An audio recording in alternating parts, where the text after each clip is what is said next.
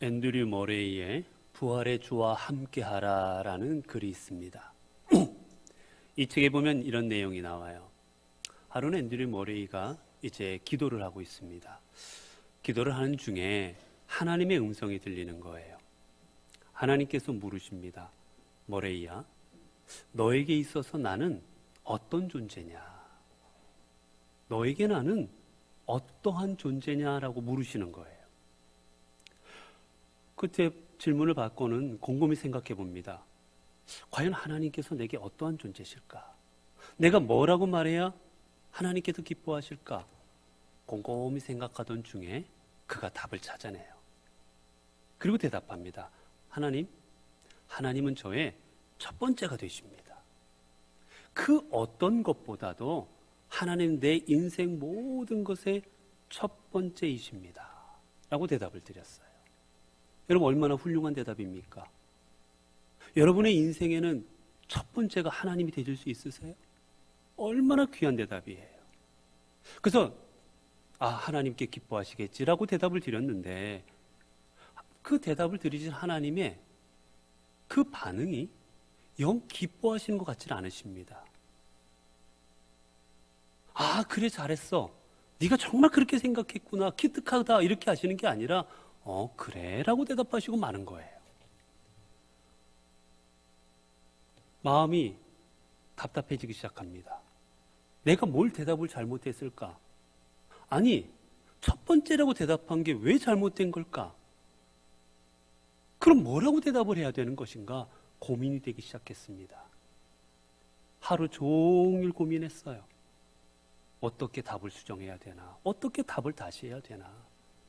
묵상하고 기도하며 답을 찾습니다.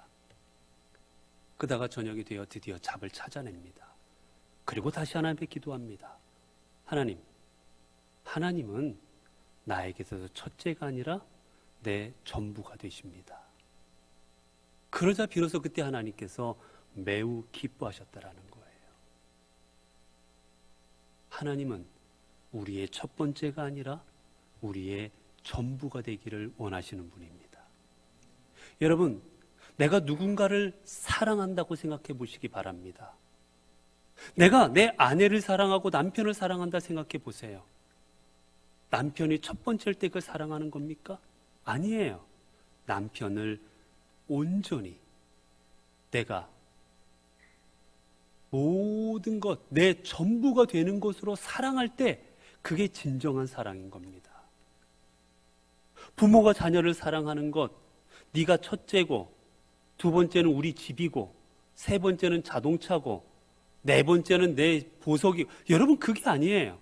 자녀를 사랑한다는 것은 자녀가 내 삶의 전부가 되는 겁니다. 그게 진정한 사랑인 거예요. 그 전부가 될 때 그 자식을 위해서 헌신할 수가 있고, 내 전부가 될 때 그 자신을 위해 내 것을 내어놓을 수가 있고, 그 자식을 위해서 내 것을 포기할 수가 있는 겁니다. 여러분, 하나님께도 우리는 첫 번째가 아니라 하나님의 전부입니다. 그렇기에 하나님은 우리를 위해서 예수 그리스도가 십자가에 못 박히도록, 그 십자가에서 모진 고통 당하면서도 그 과정을 통해서 우리가 구원 얻을 수 있도록 십자가에서 보혈을 흘려주신 거예요. 첫 번째였다면 어떻게 자신의 목숨을 내어놓습니까? 못 내어놓는 겁니다. 그러나 당신의 모든 것 되시기에 우리를 위해 자신을 내어놓으십니다. 우리가 일할 때도 마찬가지입니다. 여러분, 진정 일하는 사람의 자세는 이 일이 첫 번째고, 두 번째는 가정일이고, 세 번째는 이게 아니라 일하는 순간만큼은 이 일이 나의 전부여야 합니다. 내가 이 일을 맡는 동안 이 일이 전부일 때 여기에 전념할 수 있는 것이지, 이 일이 첫 번째가 되면 이거 빨리 마치고 저거 해야지 하면서도 다른 생각하고 두 번째, 세 번째인 거를 생각하게 되는 거예요. 그렇게 진정 제대로 일하는 사람은 일하는 순간은 이 일이 나의 모든 것 되는 것으로 삼고 일하는 겁니다. 여러분, 나의 모든 것 되면 우리는 어떻습니까? 나의 모든 것 된다라는 그 의미는 그것으로 만족한다라는 거예요. 누군가가 내 삶의 전부가 되면 나는 그 사람 하나만으로 만족하는 겁니다. 여러분이 자녀를 여러분이 사랑한다면 자녀 하나로 만족할 수 있어야 돼요. 자녀가 공부도 잘해야 되고, 자녀가 돈도 좀 벌어와야 되고, 자녀가 유명해야 되고, 그런다면 그 자녀를 통해 부수적인 것들도 다 얻는 것으로 생각한다면, 그래야만 사랑할 수 있다면 그건 사랑이 아닙니다. 내가 누군가를 사랑한다면, 내가 아내를 사랑하고 남편을 사랑한다면 그 사람이 나와 함께 있는 것 하나만으로, 그 사람이 내 곁에 있어주는 것 하나만으로 우리는 만족할 수가 있어야 되는 거예요. 그 사람과 함께 하려면 돈이 있어야 되고, 그 사람과 함께 하려면 비싼 차도 있어야 되고, 그 사람과 함께 하려면 좋은 집도 있어야 되고, 그래야만 내 사랑이 이루어진다면 여러분, 그것은 사랑이 아닙니다. 사랑은 사랑하기에 그 사람 하나로 만족이 되는 거예요. 오늘 본문에 보게 되면 사도 바울은 이제 감옥에 갇혀 있는 신세였습니다. 그가 예루살렘에 헌금을 전달하러 이제 예루살렘에 갔다가 그곳에서 그만 사람들의 소요가 일어났고, 그리고 그곳에 잡혀서 이제 로마 황제에게 재판을 받고자 로마에 압송되어 왔습니다. 이제 그는 이곳에서 압송되어서 재판을 받기 전까지 이제 구금이 되어 있는 상태였어요. 그래서 우리가 이 빌립보서를 옥중서신이라 부릅니다. 옥중, 감옥에 있는 동안에 썼다라는 뜻이에요. 결국 말하면 사도 바울은 감옥에 있습니다. 가택연금이었든지 어떤 상황이었든지 간에 그는 감옥 생활하고 있던 사람이에요. 여러분, 감옥 생활하게 되면 삶이 어떻겠습니까? 얼마나 불편했겠어요. 함부로 돌아다닐 수도 없습니다. 함부로 사람들과 만나 함부로 음식을 먹고 함께 나누고, 그런 삶을 영위하기가 불가능합니다. 쓸 것도 생활할 것도 모든 것이 힘들었을 거예요. 그런데 그런 상황에 그가 뭐라고 고백합니까? 오늘 본문의 18절을 보면 이렇게 고백하지요. 내게는 모든 것이 있고 또 풍부한지라. 아니, 사도 바울의 고백, 감옥 가운데 갇혀있는 그의 고백이 나는 모든 것이 있고 풍부한지라 라고 고백하고 있습니다. 도대체 뭐가 얼마나 있었기에, 아니, 감옥에 있는 동안 얼마나 돈을 갖고 있었고, 감옥에 있는 동안 얼마나 시중 드는 사람이 많이 있었길래, 얼마나 먹을 것이 풍족했길래 나는 부족함이 없고 풍족하다라고 그가 고백했겠습니까? 절대로 그런 상황이 아니었습니다. 그럼에도 그는 부족함이 없이 풍부하다고 자신의 삶을 고백하고 있어요. 어떻게 이럴 수 있습니까? 그 답은 앞부분에 있습니다. 13절에 보게 되면 내게 능력 주시는 자 안에서 내가 모든 것을 할 수 있느니라. 그가 감옥 가운데서도 나는 부족함이 없습니다, 나는 풍족합니다, 나는 이 정도면 됩니다라고 고백한 이유는 단 하나, 나는 주 안에서 모든 것을 할 수 있기 때문입니다. 주님께서 이루시기 때문입니다. 주님께서 행하시기 때문입니다. 주님께서 공급하시기 때문입니다. 오늘 이 본문에서 주 안에서라는 말은 통하여라는 뜻이에요. 말미암아라는 뜻입니다. 주님을 통하여 내가 모든 것을 할 수 있고, 주님으로 말미암아 모든 것이 가능하기에, 그분이 행할 것이기에, 그분이 이루실 것이기에, 그분이 내게 다 주실 것이기에 나는 만족합니다. 다 할 수가 있습니다라고 고백하는 것입니다. 바로 비결이 여기 있습니다. 그가 비록 감옥 가운데서도 나는 만족합니다, 풍부합니다 고백할 수 있던 이유는 하나, 바로 주님 때문이었습니다. 주님이 그의 인생에 계심으로, 주님이 그와 함께 하심으로, 주님이 그를 통해 역사하실 것이므로 그는 부족함이 없다라고 고백할 수가 있었던 거예요. 여러분은 주님 한 분만으로 만족하는 삶을 살아간 바울. 나는 주님만 있으면 됩니다. 주님만 계시면 나는 모든 것도 할 수 있습니다. 괜찮습니다라고 고백할 수 있었던 그의 고백. 그의 고백의 의미는 이것입니다.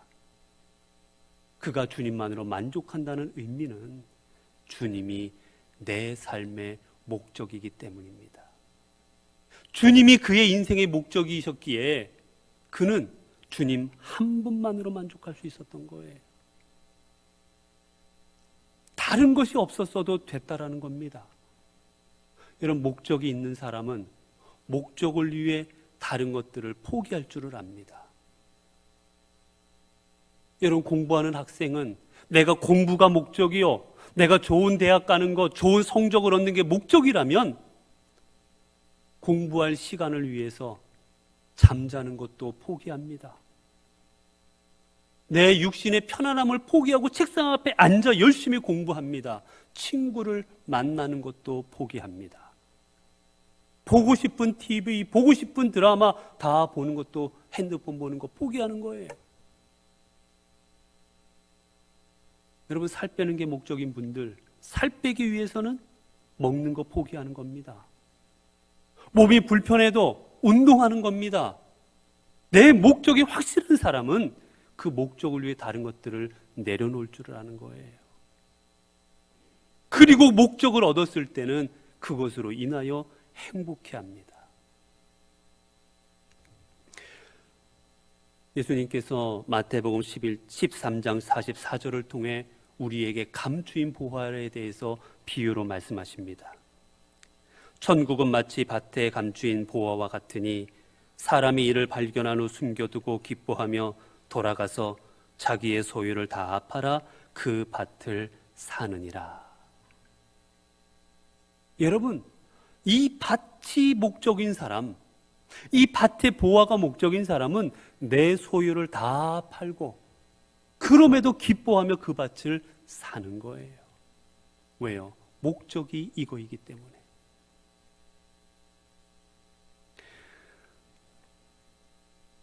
예수님을 따랐던 제자들, 그 제자들이 따르는 모습을 누가복음 5장 11절은 이렇게 말하고 있습니다. 그들이 배들을 육지에 대고 모든 것을 버려두고 예수를 따르니라. 예수님이 목적일 때 그들은 모든 것을 버려두고 예수님을 따랐습니다. 같은 말씀을 나오는 게 마가복음인데 마가복음이 이렇게 나와요. 아버지 세베대를 품꾼들과 배에 버려두고, 심지어는 아버지 가족까지도 배에 버려두고 주님을 따랐습니다. 이유는 하나, 예수 그리스도가 목적이었기 때문이에요. 다른 것에 보이지 않는 겁니다. 그럴 때 그는 주님의 제자가 될 수 있었어요. 그러나 주님을 따르는 삶이 조금 진행이 되자 그들의 삶의 목적이 변화가 됩니다. 이제 예수님이 아니라 그들의 삶의 목적은 예수님을 통해서 한 자리 얻는 겁니다. 예수님을 통해서 영광을 얻는 겁니다.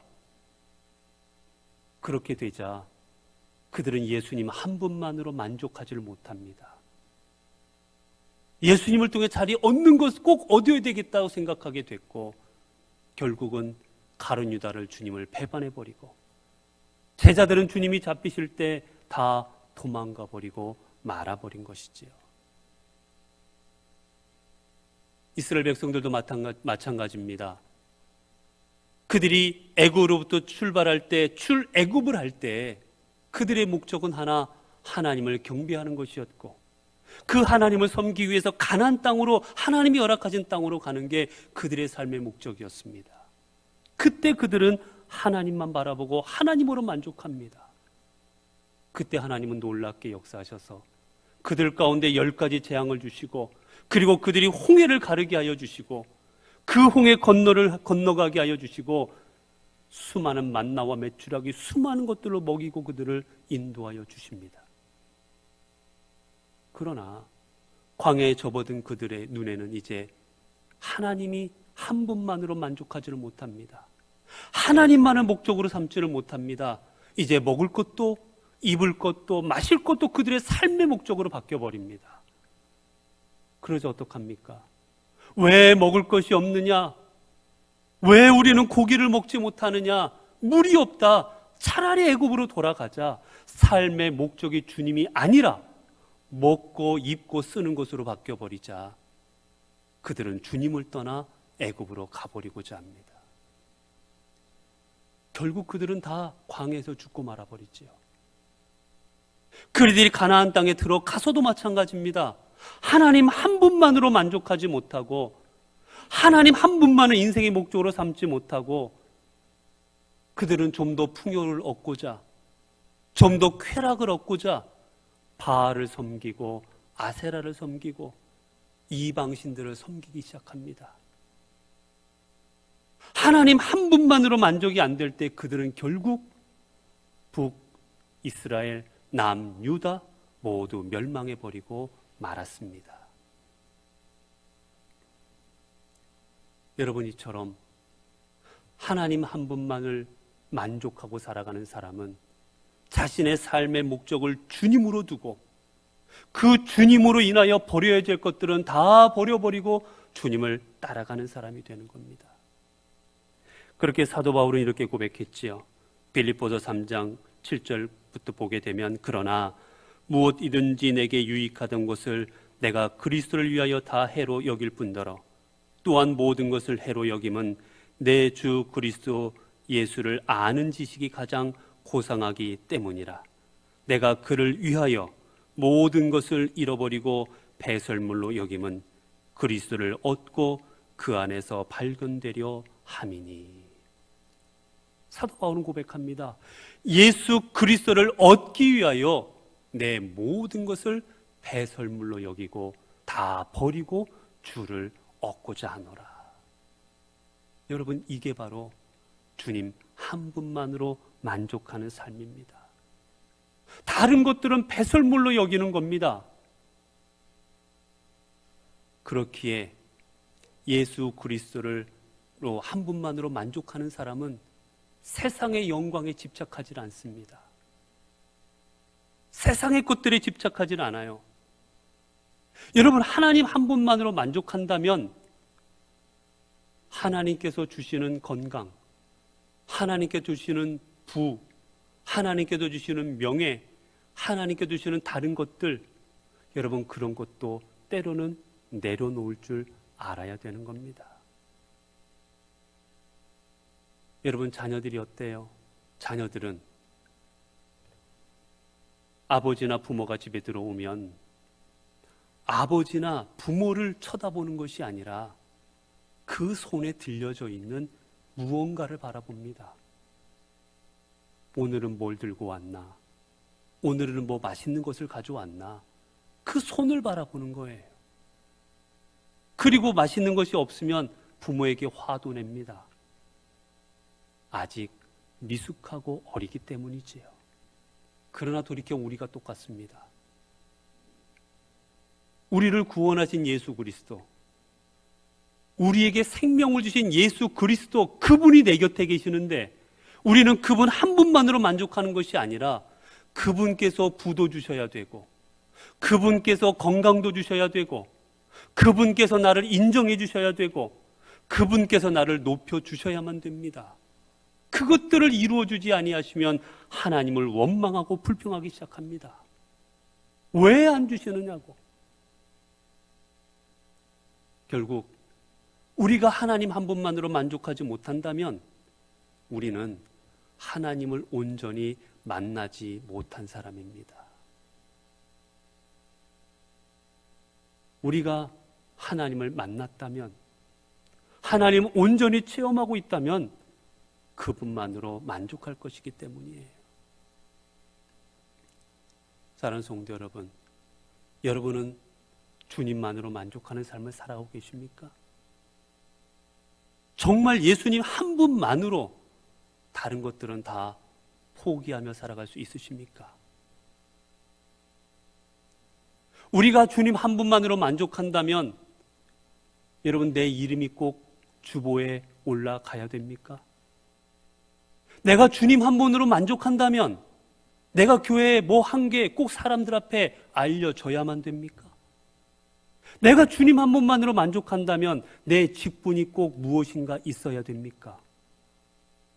내가 주님 한 분만으로 만족한다면 내가 박수 갈채를 받아야만 합니까?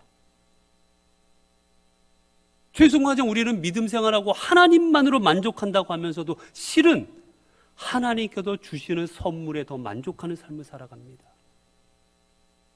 그분께서 주시는 다른 것들에 눈이 더 가버리고 말아버립니다.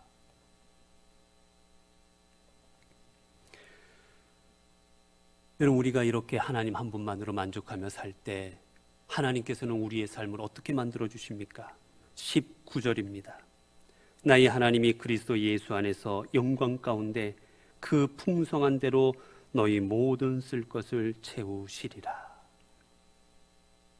하나님만으로 만족하며 살아가면 하나님께서는 그래, 네가 나로 만족하는구나, 잘했다, 그래 한번 그렇게 살아라 라고 끝내주시는 것이 아니라 오늘 우리의 삶에 모든 쓸 것들을 아시고 내 삶에 필요한 것들을 아시고 우리에게 그것들을 풍족하게 허락하여 주십니다. 왜 그렇습니까? 하나님은 우리를 사랑하시기 때문입니다. 사랑하시기에 우리가 필요한 것, 써야 되는 것, 있어야 될 것들을 합당하게 주시는 거예요. 사랑하는 성도 여러분, 여러분은 어떠한 삶을 살아가기를 원하십니까? 오늘 사도 바울처럼 주님 한 분만으로 만족하며 그분을 내 인생의 목적으로 삼고 오직 그분만이 영광 받으시기를, 그분만이 존귀케 되시기를 원하는 삶으로 그렇게 살아가시겠습니까? 아니면 여전히 주님만이 아니라 주님께서 주시는 다른 것들이 더 있어야만, 건강도 주시고 재물도 주시고 성공도 주셔야만 만족하며 살아가시겠습니까? 주님은 오늘 또 주님으로 인하여 만족하며 살아가는 주의 종들을 부르고 계십니다. 그리고 그 종들을 통하여 하나님의 일들을 이루어 가십니다. 오늘 우리가 하나님으로 인해 만족함을 삶을 살아갈 때 우리 하나님께서는 우리를 기뻐하시고 우리를 귀히 여겨주셔서 오늘 우리가 풍성한 대로 우리의 모든 쓸 것을 우리의 삶에 채워주실 것입니다. 이러한 삶을 살아가심으로 여러분의 삶 가운데 오직 주님만이, 오직 예수 그리스도만이, 여러분의 인생에 오직 하나님만이 여러분의 모든 것 되시는 삶이 되시기를 바랍니다. 기도하겠습니다. 은혜로우신 하나님, 저희들은 이제까지 많이 있으면 좋은 줄로 알았습니다. 많이 누리면 그것이 좋은 것으로 생각했습니다. 그리하여 모든 것 주시는 주님을 인하여 만족하지 못했고 그저 어린아이가 선물을 주는 부모에게 부모보다 그 선물에 주목하듯 저희들 세상 가운데 얻는 것들을 주목하며 살아왔습니다. 주님보다 주님이 주시는 물질에, 주님보다 주님이 주시는 건강에, 주님보다 주님이 주시는 영광과 성공에 더 열광하며 살아왔습니다.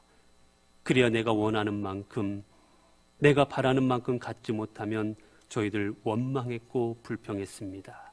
이제 이 어리석음에서 벗어나 만물의 주관자 되시는 하나님 한 분만으로 나를 세상 그 누구보다 사랑하시는, 그래야 자신의 목숨까지 내어놓기까지 우리를 사랑하시고 아끼신 그 하나님 한 분만으로 만족하며 살아가게 하옵소서. 우리 주 예수 그리스도 이름으로 기도드리옵나이다. 아멘.